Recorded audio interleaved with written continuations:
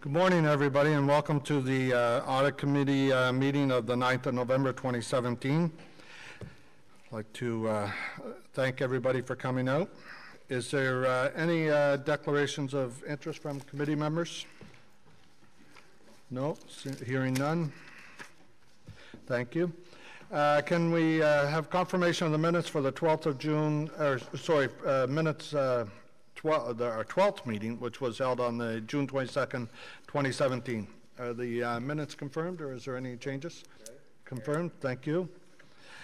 We'll now go through the consent agenda. Item number 1 is the Office of the Auditor General, report on audit follow-ups and detailed audit follow-up reports.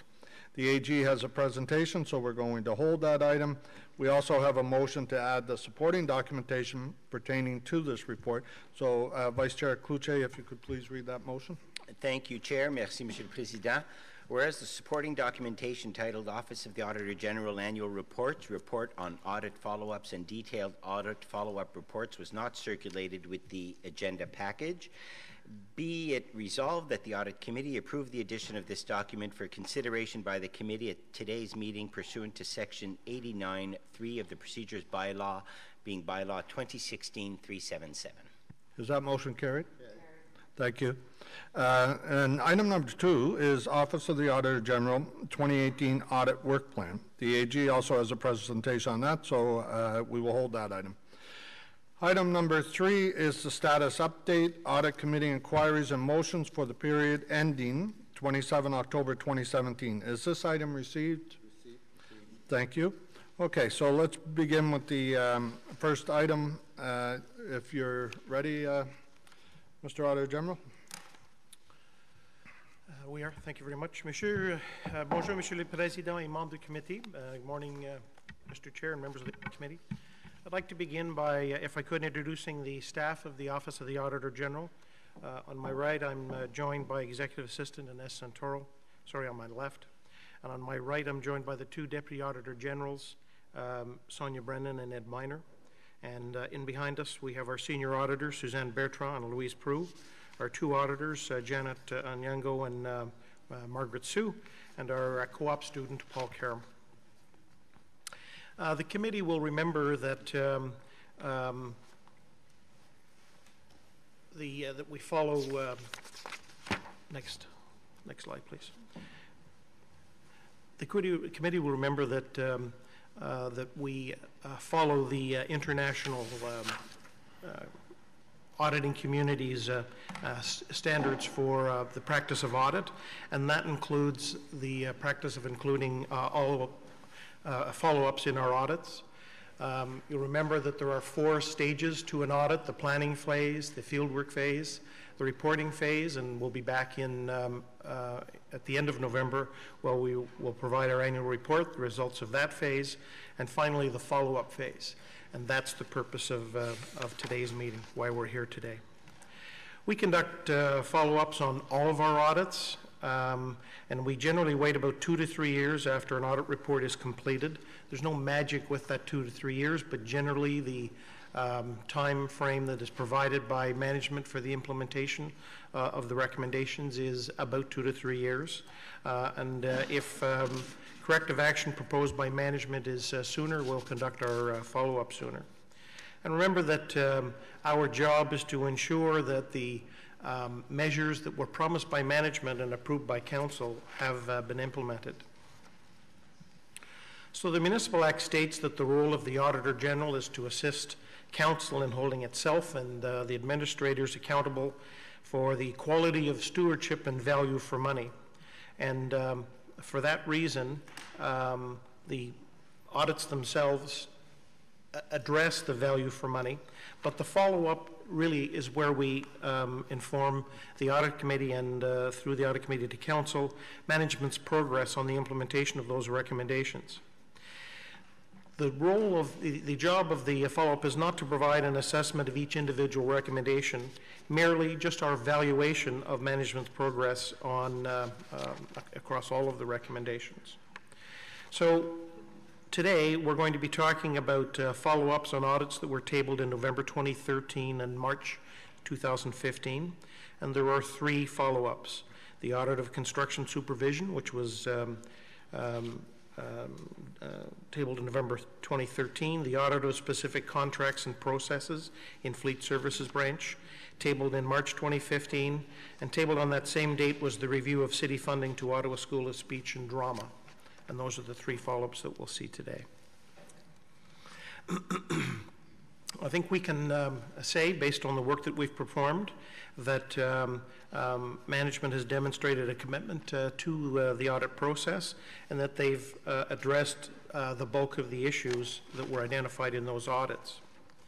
When we speak about follow-up results, we break them down into four categories: complete, partially complete, not started, no longer applicable. And I think you can see that 71% of the recommendations that were addressed, 71% of the recommendations that were applicable are complete, and I think that's a good record. We're certainly satisfied with that progress. So we put all of the follow-up audits this time into the solid progress area, and the two Deputy Auditor Generals will take you through the individual follow-up reports, starting with Ms. Brennan talking about construction supervision. Thank you. The original audit tabled in 2013 identified opportunities for improving the effectiveness of the construction supervision processes in several areas. Some of these included the inspections of critical water mains, posting bid opportunities more extensively, recording and evaluating vendor performance, and the change order process related to cost recoveries. 13 recommendations were made and agreed to by management. We have verified that 10 of the recommendations are fully complete, and 3 are partially complete at this time. Additional efforts are still required in a few areas.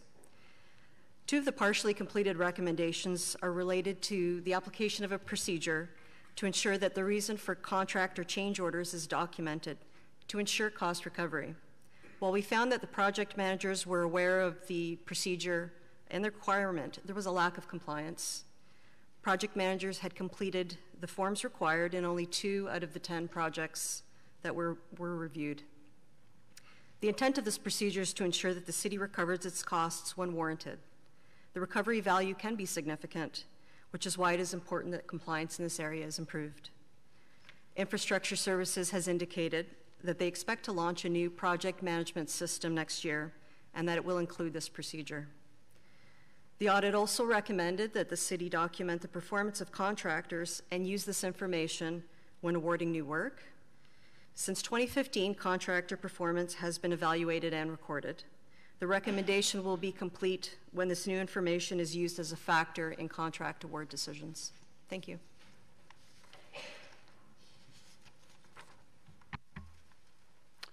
Looking now at the audit of specific contracts and processes in the Fleet Services Branch, the original audit identified opportunities to improve management of the Napa Parts and Cal Tire contracts.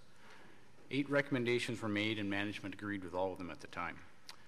Since then, the Napa contract for management of the parts inventory was canceled in 2016, and the activity was brought back in under city management. As part of this follow-up, I should say we did not test or review the analysis that was done supporting this decision. As a result of this change, 2 of the 8 original recommendations were no longer applicable. And then we found that 5 of the 6 remaining recommendations had been fully implemented. The one recommendation that we assessed as being partially implemented was to better monitor and control the tire program. The management of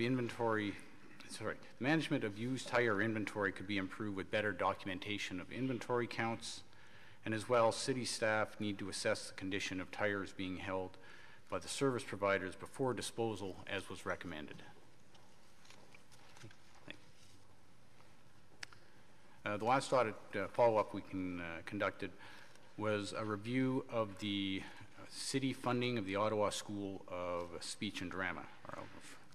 The original audit was conducted after, I'll refer to it as OSSD, ceased operations in February 2014. OSSD had received grants and loans from the city, and a portion of the loan had not been recovered when it ceased operations. In addition, A property developer had paid funds to OSSD as part of an application approved by the city for a building height and density exception in return for community benefits. The payment was not handled through the city's standard process for posting securities and making payments. The review's recommendations to improve policies and procedures and processes regarding payments related to community benefits under sections 37 and 41 of the Planning Act were implemented, as was the recommendation to improve the management of cultural funding. The recommendation to improve monitoring of the section 37 and 41 agreements was partially implemented. We found that payments were being monitored. However, the agreements do not contain an audit clause as was recommended in the audit. Thank you. Donc, Monsieur le Président, nous pouvons conclure que le Bureau de vérification générale de la Ville d'Ottawa utilise des pratiques exemplaires et les suivis sont un élément important du processus de vérification. So, in conclusion, Mr. Chair, we can say that the City of Ottawa Office of the Auditor General follows the best practice of using follow-ups after audits are completed, and we believe it is an important part of the audit process, and that management has committed to implementing council-approved recommendations. And in conclusion, I'd like to thank Mr. Kanalakis and his staff for the cooperation that they provided us through each of these follow-up audits. Thank you. Thank you, Mr. Auditor General. Any questions from the committee? Councillor El-Shantiri? Just a question to, first of all, thank you to the Auditor General and his team. Have we have any process in place for some of the company or construction company who fail to deliver on time, on budget, and then they pop up with a different name or different company numbers? Do we have a follow-up mechanism to make sure these, because we heard more than once, you know, it was a failure in this area, but then yet we see them under different umbrella or different name. Do we have a process in place where we can monitor those construction company? Mr. Chair, through you to the councillor, I think that might be a question that's best answered by staff, perhaps Mr. Kanalakis or. Okay, so to the city manager, I know you were speaking to the chair. That's okay. So the auditors consider maybe, okay, go ahead. And who is he? What is he? Mr. Chair, okay. Yes, we do have a process to monitor that. Not only are the scores recorded in our vendor performance program, but under the purchasing bylaw, the definition of supplier related to supplier performance applies to any associated companies as well as the directors of those companies. So if they did open another company and begin bidding, the past performance and any application of remedies would be applied to them as well. So even if they try to change corporation name or number, you still have in process to identify those folks? That's correct. Okay, thank you.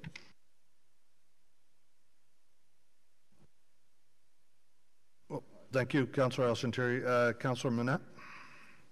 Thank you, Mr. Chair. In the follow-up audit of construction supervision, you indicated that through your testing, you found that infrastructure services was not using the change order rationale it developed. What did the testing consist of, and were you able to determine any impacts as a result of this process not being followed? Mr. Chair, through to Councillor Manette, we took a sample of project files and we reviewed them to see that the forms were required and were filled in. When the forms were not in the files, we did then check with management to see if they had been in another place or had not been filed appropriately. What we found was that the forms in those cases were not were not done. For the ones where we did look at potential impact of those, and there was not a significant impact for the ones that were not filled in. And can you also explain which recommendation from the review of city funding Ottawa School of Speech and Drama, this was in 2015. I was just wondering what remains partially completed on that.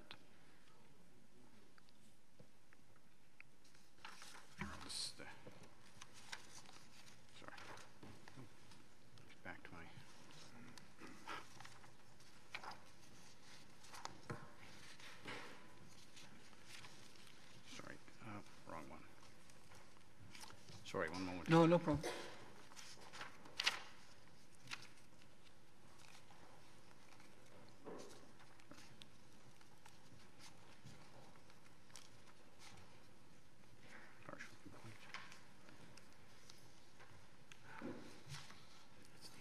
All right, yes. Sorry for the delay.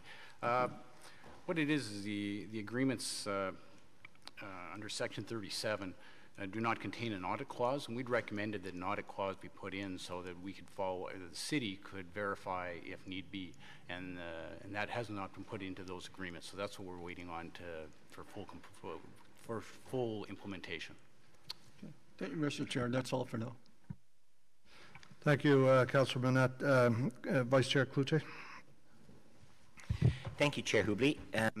On the first audit of construction supervision, the second point, in some instances, part of the entire cost of the change order were due to consultants' errors and omissions, and I know that the audit deals with that.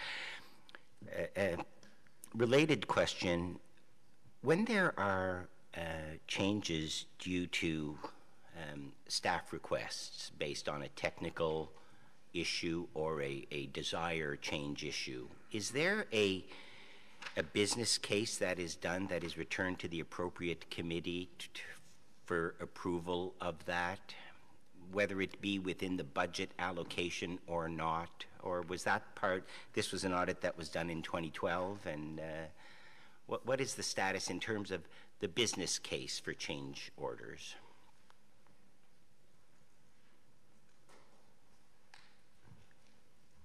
Mr. Chair, we did not review that as part of this audit. In the follow-up, there weren't specific recommendations related to that. Management could possibly speak to that question.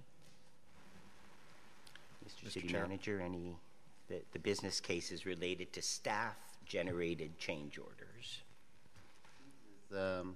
Where's Alan? There he is right there.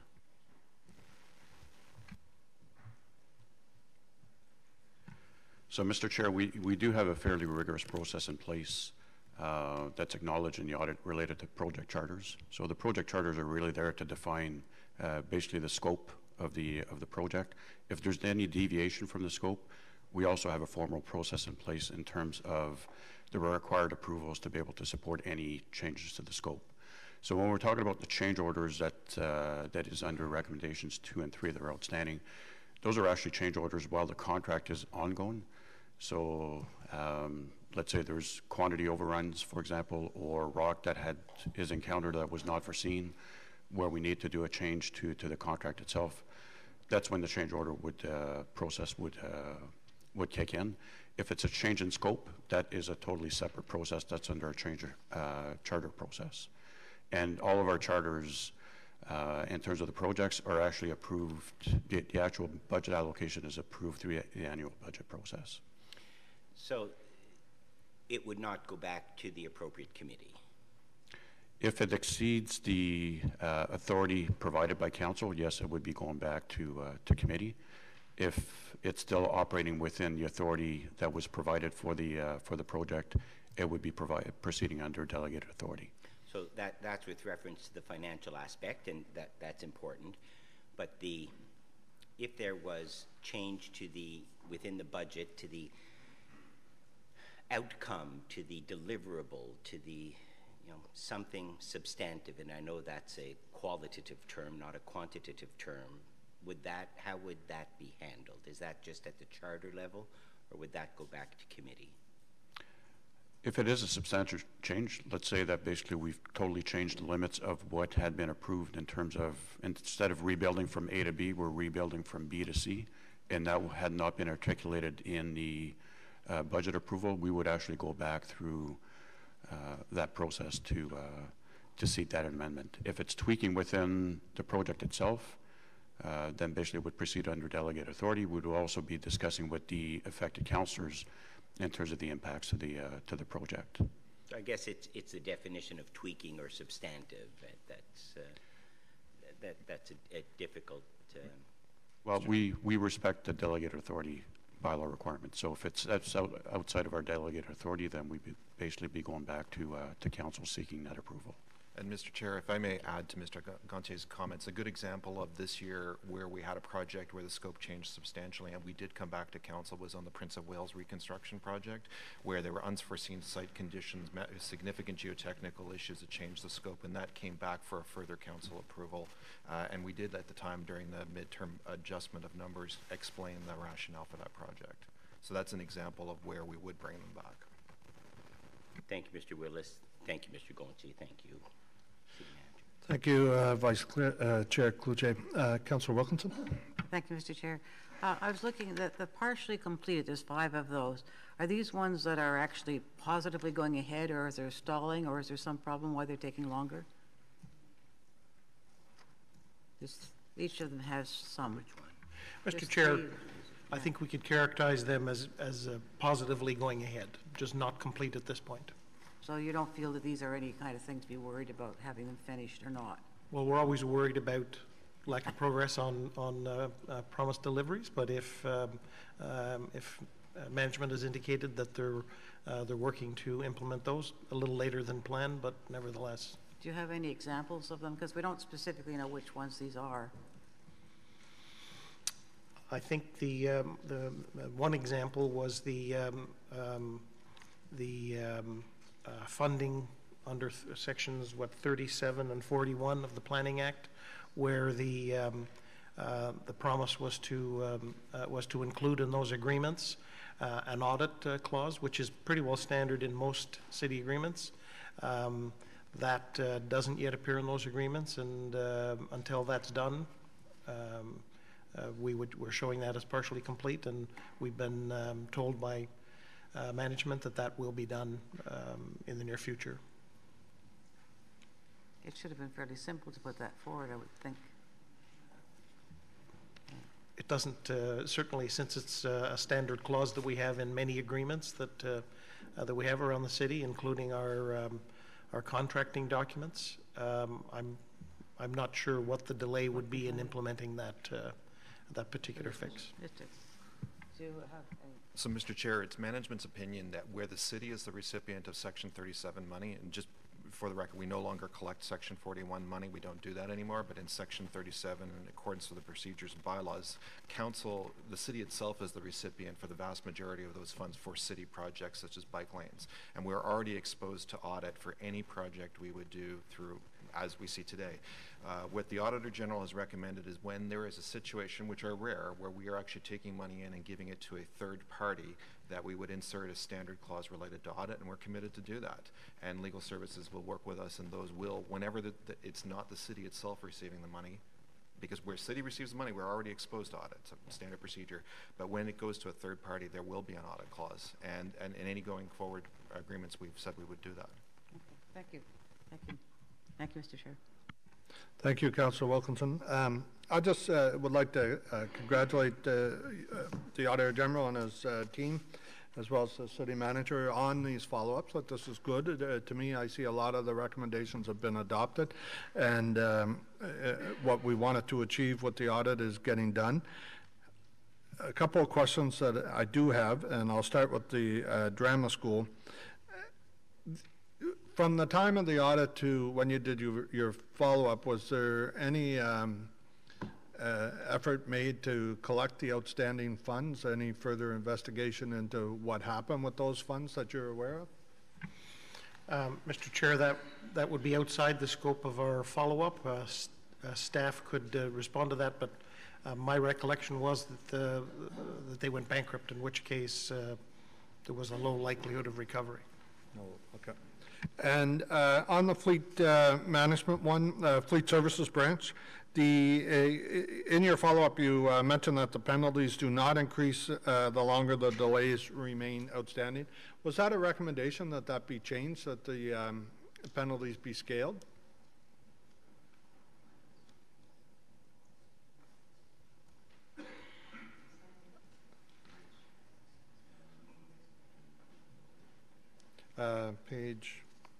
Page 8, second last paragraph, it talks about,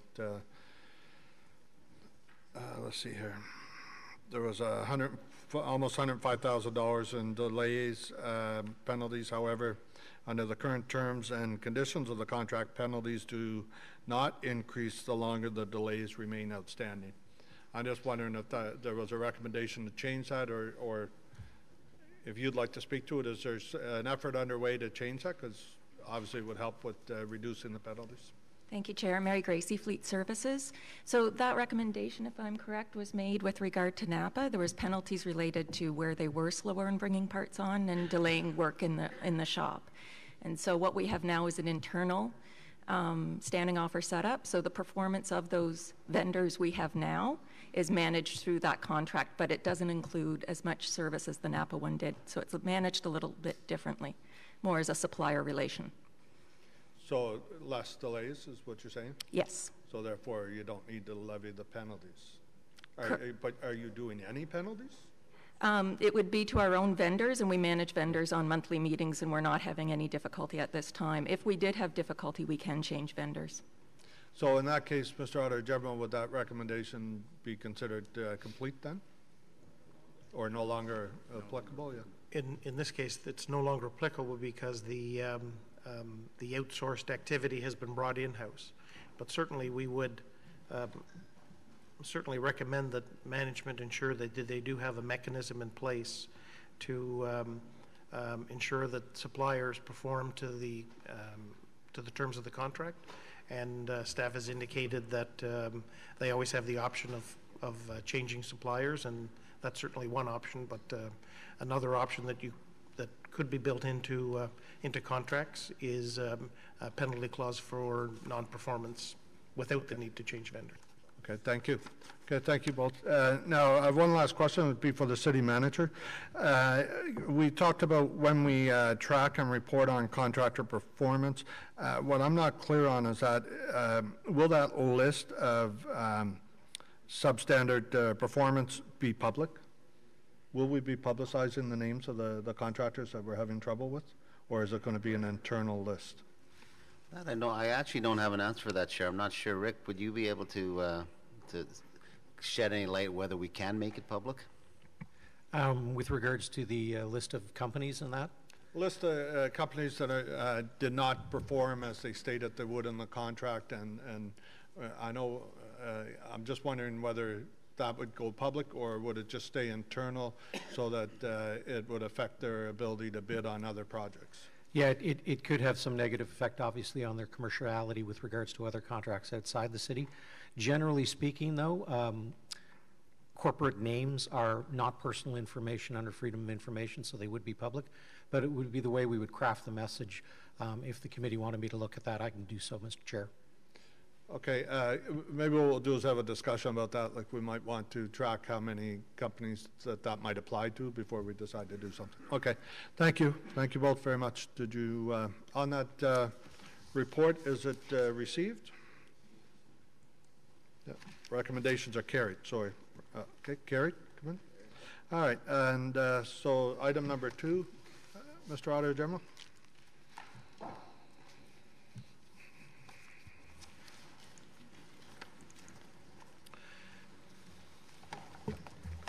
As usual, Mr. Chair, we generally begin by reminding the committee of the processes that we follow in the Office of the Auditor General. And this time, je peux dire qu'une organisation qu'on utilise pour donner l'avis, le Bureau de vérification générale, c'est le Committee of Sponsoring Organizations. Et on discute des gestions de risques d'entreprise, contrôle interne et prévention de la fraude. Nous pouvons dire que le système de contrôle interne a 5 composants. Normally we begin each of our meetings with the committee to inform them of the aspects of the audit processes that are followed by our shop and who provides that direction. Today, I'm going to talk about the Committee of Sponsoring Organizations, affectionately known in the audit world as COSO, and they provide guidance on audit processes to the audit community. They talk about things like enterprise risk management, internal control, and fraud deterrence. And this past June, they released a document entitled The Integration of Enterprise Risk Management with Strategy and Performance. COSO talks about the 5 components to the internal control system, and here we would talk about the control environment, which includes certain things that we definitely have in place here at the city, integrity and ethical values, a board of directors, which would be a control and our audit committee, a risk assessment process, and I think the committee is well aware that the city has a enterprise risk management system, and the foundation of the determination of the items that are included in our audit work plan are objectively based on a risk assessment that we ourselves perform.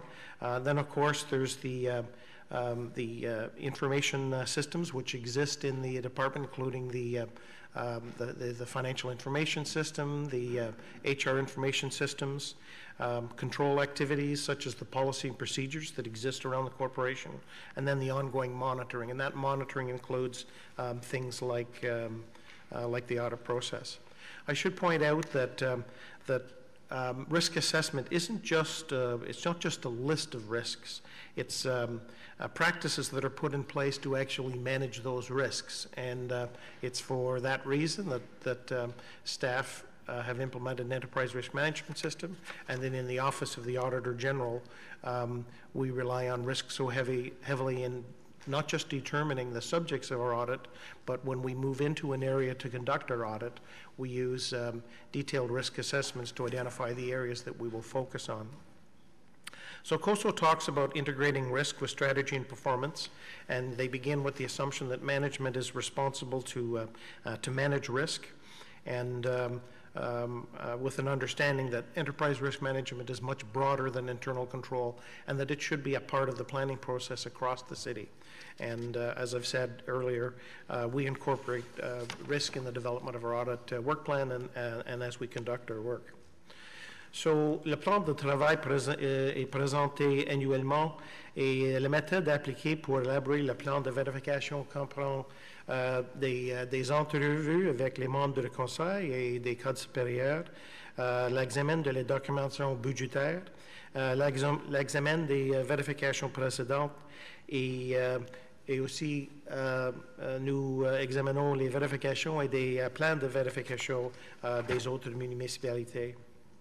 So we're here to talk about our audit work plan, and we come to you each year. And this year, as in previous years, we met with members of council and members of senior management. We reviewed the budget documentation. We reviewed previous audits. We looked at the audits and the work plans from other municipalities. And we meet with our audit staff at the beginning of the audit planning process and share with them the areas that we would like to focus on, and we get their feedback. These are the auditors who are actually going throughout the corporation doing the audit work, and then of course we meet with our own staff after we've conducted interviews with senior managers and councillors before we come to before we put the final list together. We meet with the external auditors and review any management letters that they prepared.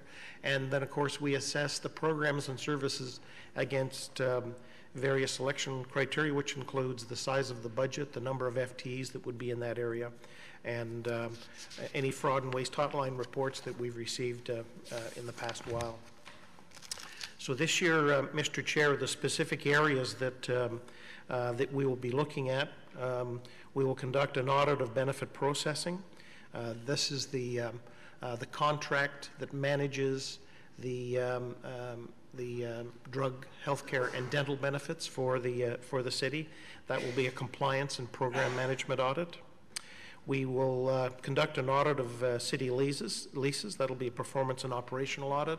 And here we're talking about city properties that are leased to others to carry on either city activities or non-city activities, and we'll be looking at how those leases are managed by city staff. We'll look at the audit of we'll perform an audit of the City of Ottawa Superannuation Fund. This is a legacy from from prior to amalgamation for those workers that contributed to a pension plan that was in place prior to OMERS. That'll be a compliance audit. We intend each year over the last couple of years, we've looked at the areas of risk that we saw in relation to the light rail project. And this year we'll look at the land negotiations and purchases from the light rail project, and that'll be a compliance type audit. Council and committee would be aware that we have found instances in the past where the land purchasing policy wasn't completely complied with, and thus it's an area that we will audit. We looked at we'll be auditing fire services. That'll be a performance audit. It's an area with about 1,000 FTEs and a budget of 160 million, so that alone would attract the attention of our office. And it's an audit, it's an area that hasn't received much attention from the Office of the Auditor General. There are aspects of planning services that we will conduct an operational audit of, and staff estimates. And by staff estimates, I think committee and council are certainly aware of the number of estimates that are provided by staff to support decisions that council has to take based on recommendations made by staff. So it could be every in the past we've looked at the estimates that were provided for the Orgerworld program, for example. We have estimates for the life of various city assets, including landfills. We have estimates of ridership, estimates of attention at city activities, estimates of pretty well every activity the city does. Staff must come up with estimates to support their analysis, and for that reason we'll be looking at those activities. Can't say at this point in time which estimates we'll look at, but it's that process. We're looking to see some robust procedures around those processes. There'll also be a number of follow-up audits that we'll conduct, specific areas of the Infrastructure Services Department, the audit of the automated meter reading project, audit of Byward and Parkdale Markets, the Environmental Services Department, the audit of Service Ottawa. We will also follow up on a fraud investigation report that was completed, that was tabled in 2017, but was to be completed by Q4 of 2017. So we'll look at the Client Service Center deposit shortages. We've got a significant amount of work in process, and we list that in the document, and I encourage the members of the committee to go through those.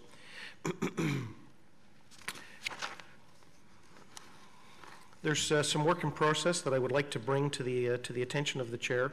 The audit of compliance with legislated ambulance services was deferred to the fall of 2017 due to new legislation and implementation of a new system that was put in place. We're in the process of doing that now, and there's a number of 2017 audits that we've started, but some of them have name changes because of the reorg, and that would be the audit of social housing registry. That was brought to my office by at the request of Councillors Fleury and Hubley. The audit of corporate security, audit of recreation, culture, and facility services department, the audit of public works and environmental services, and then of course we have previously scheduled follow-ups. There's about 14 of those also listed in the material. Now there were a number of fraud and waste hotline investigations that are in process. Committee would be aware that we had started to conduct a review of long-term care homes in the summer, and we were then informed that the province had approached staff with a number of findings from their investigations with some orders, and we'd agreed to defer that work, and we'll be going in there in the new year. And we're finishing a review of the city's practices for the procurement of commercial vehicles, which also came out of the fraud and waste hotline. There's some work that will be done based on external contingencies, and there I'll remind committee and council that we were directed by council to review the staff analysis of the examination of the Orga-World contract. The Spring Hill contract was, the Spring Hill audit was quarantined because of ongoing litigation. At this point in time, that audit's quite dated, and what we're proposing is that we will go and do a review as well as a combined follow-up, because the given the time that's passed and the changes in the activity, it just makes more sense for us to go in there and do an updated review. And of course, the follow-up to the source separated organics contract, the Orga-World issue. So other than that work, the other work that we do, of course, is we send management letters directly to management. They don't, those are items that are of lower importance that we believe is important enough to us to bring to management attention, but don't appear in an audit report and thus aren't followed up on. We, of course, administer the city's fraud and waste hotline. We conduct our own analysis, and we expect that there'll be a quality assurance review of our activity conducted by the audit committee. Should point out, remind the members of the audit committee that that when we go into each area to do our audit, the areas that we always include where applicable are succession planning, because of the importance of the continuity of the organization, any potential savings, and of course occupational health and safety. I spoke previously about the reports that are being held at the advice of the city clerk and solicitor. So our next steps, Mr. Chair, will be to prepare our work assignments, contact the city manager's office, and to schedule those audits over the next year. And I think we've got an aggressive schedule, and we're eager to get started. Thank you, Mr. Chair. Thank you, Mr. Auditor General. Is there any questions? Councillor Deans. Thank you very much, Mr. Chair. Well, let me start by thanking you, Mr. Hughes, for including the audit of light rail land negotiations and purchases, that compliance audit in this year's work plan. As you know, it's something I've been very interested in having you do, and kind of been on you for a couple of years about that, so I'm really happy to see it here, so thank you for that. The second issue that I wanted to raise is the audit of staff estimates, and you sort of broadly spoke about that, but you didn't give any specifics of which ones that you're committed to doing. So two that I'm particularly interested in, one is light rail, transit, the ridership estimates. I really think that that's important for us to have a solid sense of how those estimates are arrived upon. And the other one that I'd really like to see, and I think it's quite timely, is the audit of budget requirements, because we're in the budget right now, and we're seeing questions about, are the numbers sustainable? And I think budget requirement audit would be very interesting for all of us and informative and help us do our job. So that's my suggestion there. I hope you'll take it. I'm really here today because in looking at the document that was provided, what seemed to be missing was the audit of long-term care homes, and I know you spoke about it, but it's not in the document that you're doing it. And I agree that it makes sense to wait until Mr. Fougere is finished with his work, but it seems to have been eliminated from the page. So if you could just put it back, that'd be great. Mr. Chair, through you to the councillor, first of all, thank you for your recommendations for staff estimates. Once again, we haven't determined which estimates we'll look at, but the ones that we select will be based on criteria which include risk. And so addressing your question with long-term care, the fraud and waste investigation that we were scheduled to conduct in the late summer in long-term care is going ahead, and it'll be starting in January. And it'll be different than, it perhaps will be different than the work being done by Mr. Fugere. We'll certainly be meeting with him. Not entirely sure what the scope is of his work, other than what I've read in the media, but certainly would be interested in what he's looking at.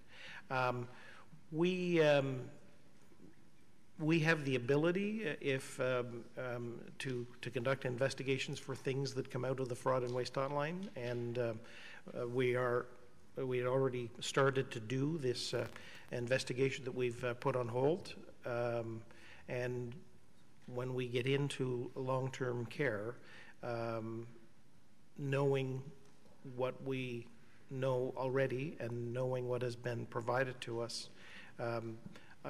I wouldn't necessarily rule out any other investigation. Okay, so what I understood that you were going to do is what I thought was called a systems audit, where you would look at things like how information is transferred from one nursing staff to the next at a shift change, how medication is administered, all of those systems that are in place inside the home. Is that what you're going to look at? Mr. Chair, through you to the council, our preference is to, so that we don't affect the results of our investigation, to provide as little detail as possible as to that investigation at this time. We will report back to committee and council after we're done our investigation. I would rather not disclose that at this point in time. Okay. The risk is that it would affect the results. Okay, I'm willing to respect that. And the other thing, when you visited the councillors and asked for suggestions for audits, the one suggestion that I made that I don't see here in any of the documents is an audit of Ottawa 2017. There was a lot of money spent. There's been very little transparency or accountability around that money, and I think it would be very timely to do an audit of 2017 in 2018. Mr. Chair, through to the councillor, if I provided a list of all of the audits that I was asked to do by senior managers and members of council, it would be a very long list, and we don't have the resources to do it all. And when we decide what is going to be on our list, risk comes into it. And but at the same time, there's also some work that we have to do because it hasn't been done in a long time. So that's certainly an important issue, and it hasn't made the list, you're quite right. But I do remember talking to you about that. Well, I think that's really unfortunate, because I think in terms of transparency here, it's important to do those sorts of things in a timely fashion. That's it. Thank you. Thank you, Councillor Deans. Councillor Cloutier. Merci, Monsieur le Président. Just a couple of questions. On page 2, the fire services audit, can you tell me a little bit more of that in the context of, is the fire department not audited or to get its certification by some sort of international alliance or North American alliance of fire departments? And my question is this doubling up on that work that I believe the fire department is already subject to? Mr. Chair, through you to the Vice Chair, it's an excellent question. Yes, you're right. There is a certification process that the fire department undergoes, and I can tell you that when we looked at one of the planned audits of that we were scheduled to do in public health, we were made aware of a certification process that they'd undergone. We looked at that certification process, and we found that there were that it was a rigid process that they followed, and that the independent body that conducted that certification process was well recognized, and we made the determination to not complete that audit, and we'll be coming back to council with to committee with that report. I'm aware that there's a certification process in fire services, and we will look at the certification process that they've undergone, and that may very well cause us to look in other areas of fire services, depending on how robust that certification process is, and if it addresses the issues that we identify in our own risk analysis. But the fire services is a large department with many activities, with the 1,000 FTEs that they have, and the $160 million that is dedicated through the budget. And they're given its size and the activities that they conduct, there are likely areas that even if we were to determine that the certification process was adequate, there would likely be areas that we would still look at. But I'm not going to. I can't predict what those could be at this point in time, because we haven't started to plan that audit yet. But that's a good question. Okay, thank you.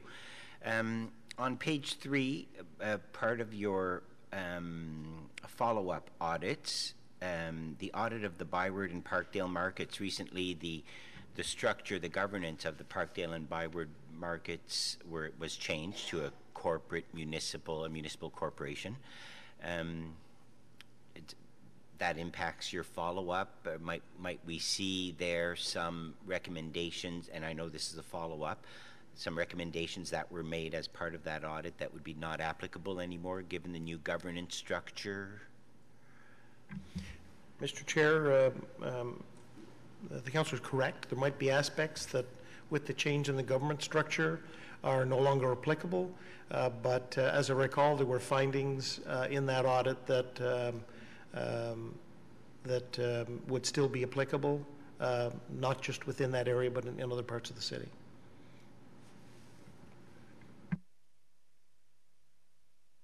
Thank you. No other questions? Oh, Councillor Elshador. I'm sure that the Auditor General expects me to ask the question again.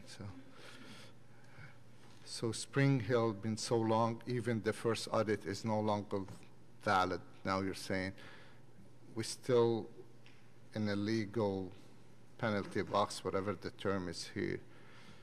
So where are we at it? I mean, this item, I think, been survived. You're the third auditors, and we haven't seen result about it yet. Mr. Chair, that's given the date of the work that was done, and given the fact that that audit was quarantined for so long because of litigation. Well, I understand that the litigation is complete or nearly complete.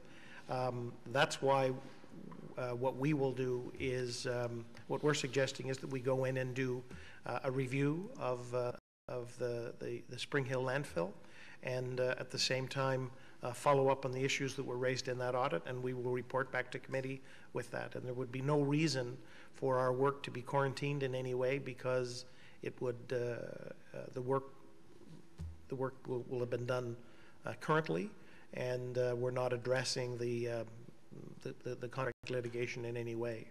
So it's an important issue that has hung around for a long time, and in our view, the best way to address it is to conduct a review and address the current issues that affect the ongoing operation of that facility. How long back you'll be able to go back to the beginning? Because I think the first request for audit came in 2005, or if I'm not mistaken, or 2004. Generally, when we look, when we conduct an audit or review, we look at the current year and a couple of years prior. The value of going back and looking at something that happened 12 years ago, I'm not so sure that there would be a lot of value there. But through the follow-up of, if we can at the same time conduct a follow-up of that original audit, we would certainly be addressing any deficiencies that would have been identified in relation to the activities back in that time period, if that helps. I think I'm looking at maybe Mr. O'Connor can help me to understand this. So if someone or an organization have some legal litigation, so that means they don't get audit. Like, I mean, so that's one way to hide behind the litigation of whatever the litigation is, and not to be audited for 12 years. Like, I mean, really, I'm not sure how long we're supposed to be waiting as elected official to understand what's there in that option, because that's a legacy from the amalgamation, and I think we have the right to know how and what and what's our option here. But I mean, just to say we have a legal litigation, we are litigated, we are talking, we are speaking. I mean, seriously, 12 years? I'm not sure, Mr. O'Connor, if you have any time on this file. Mr. Chair, that litigation was settled more than a year ago. The Auditor General and I did talk about the existing quarantine audit. He wanted to refresh it and bring it up to date. So there's no legal issue at this point in time with regards to this audit. So when do we expect something from the auditor then, if it's no more legal issue? If we a new review and update the issues and do the follow-up, it would be our next reporting, in our next reporting cycle. In the next report? The next reporting cycle. Okay. Thank you, sir.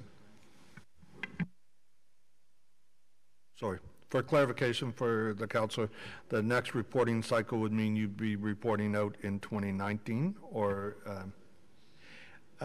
My suggestion is if we conduct a review and an update and a follow-up, it's something that wouldn't wait for an annual report. We could come to audit committee through one of the audit committees where we bring follow-up reports.